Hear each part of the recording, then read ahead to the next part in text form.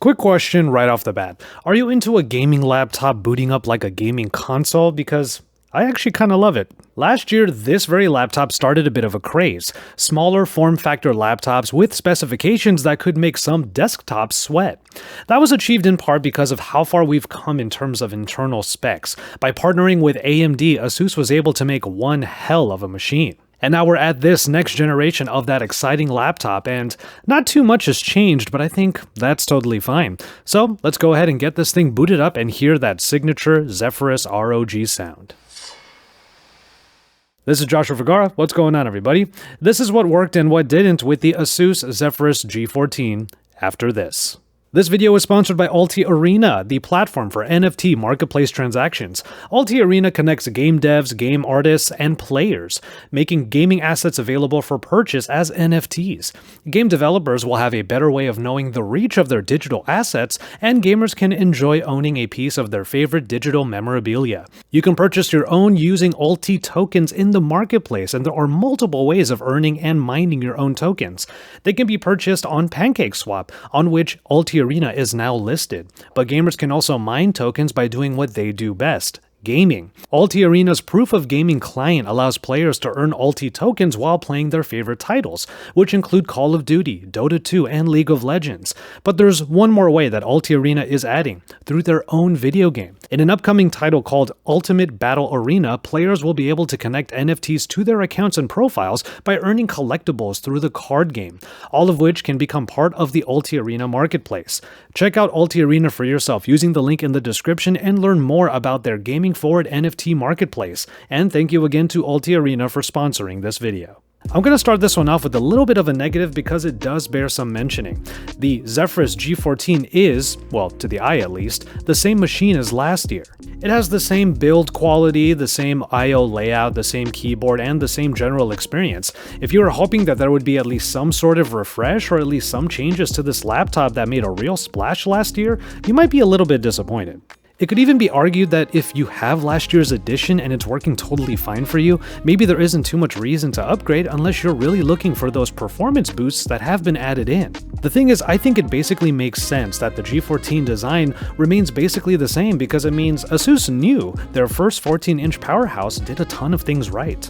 Despite the smaller body, you still get plenty in the I/O. You still get 2 USB-A and 2 USB-C ports, even though both USB-A ports are on the right side. So if you do have a wired gaming mouse that you like to use, the cord might be sticking out of the right side and potentially getting in the way if you are a right-handed mouse user. Now, one thing I do enjoy about the G14 is that its power brick is not obscenely large.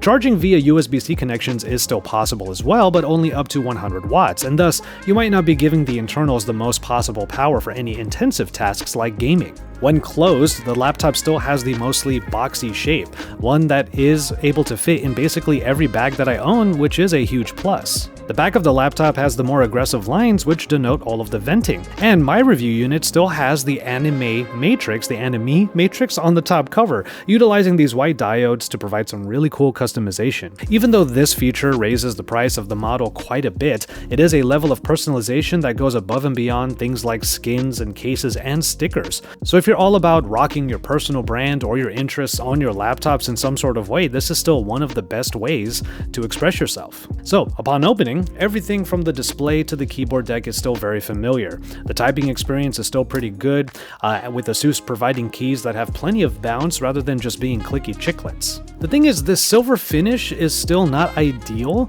It still leaves quite a bit to be desired as there's no option for RGB lighting. So you get just the white glow, and it's there to help the visibility of the keyboard in dark situations, but otherwise doesn't add much to the experience. The trackpad is still a little bit small, but it performs fine and supports all of the Windows gestures. And then of course there is this display, which can either be a full HD panel with a high refresh rate or this 1440p 60Hz screen.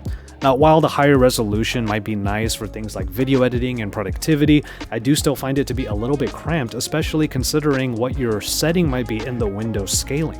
And as a final detail regarding the deck, the speakers are still the impressive quad unit setup with 2 tweeters backing up the 2 main speakers for rich enough sound that can get pretty loud for a 14-inch laptop. So everything that is meant to bring the internals to life is basically the same as last year, which might be a little bit ho-hum for some of you out there, but I had so few complaints last year that I'm willing to say it's okay, and also that it does make quite a bit of sense. I mean, a cramped display experience is expected when the screen is supposed to be this small, and while I personally might miss Thunderbolt connectivity in the USB-C ports, I have to also understand that this is an AMD CPU in here. I think if you didn't get the Zephyrus G14 last year, like many people who were clamoring for it, at least you're not being given like a whole new canvas or a different design language. You're getting exactly the laptop that you probably watched every YouTube video on, just with the right specs that are current and actually further elevate the tried and true design. Because every year we see improvements across the board, from CPU to GPU, but there is a little more to the story this year. So let's start off with the obvious part. The RTX 3060 is in here as the expected upgrade to last year's 2060. Now, while it might not be one of the higher powered NVIDIA graphics cards, the 3060 has already been able to handle some of my more intensive gaming and video editing when compared to last year's offering. I'm not really one for benchmarks, but I can definitely say that in my DaVinci Resolve projects, the high resolution photos and let's say the occasional 8K capture didn't all suck up the VRAM as fast as it did on the 2060. And of course, when it comes to gaming, the 3060 might be a cut below its more powerful siblings, but general gamers will still be able to fly with very few issues. Ray tracing will be better even one step above at the 3070, and the lack of a high refresh rate in this Quad HD panel might be a detriment, but my current titles of Yakuza, Like a Dragon, and Genshin Impact are still a blast, and they're running at basically max settings. And then of course you get the Ryzen 9 5900, which is itself the expected update to last year's Ryzen 7. Now, just like last year, the efficiency of the AMD CPU allows the laptop to actually achieve some extra usability and portability. The laptop actually doesn't run hot all the time, even if the fans are usually still humming away no matter what. But the power efficiency puts the G14 squarely in the running as one of the best travel companions.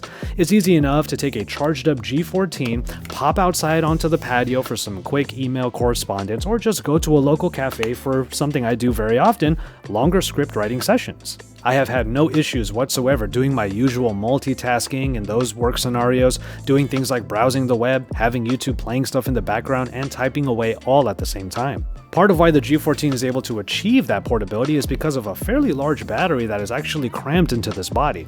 By the way, I don't tend to remove the covers on my review units because I do want to return them. I don't want to void any warranties because I don't actually own this thing, so I just want to quickly explain that. But again, a 76 watt-hour battery is one of the more unique aspects to this 14-inch laptop. And under the work scenarios that I mentioned earlier, I have been able to consistently get around 8 or 9 hours of battery life after fiddling with a couple of settings.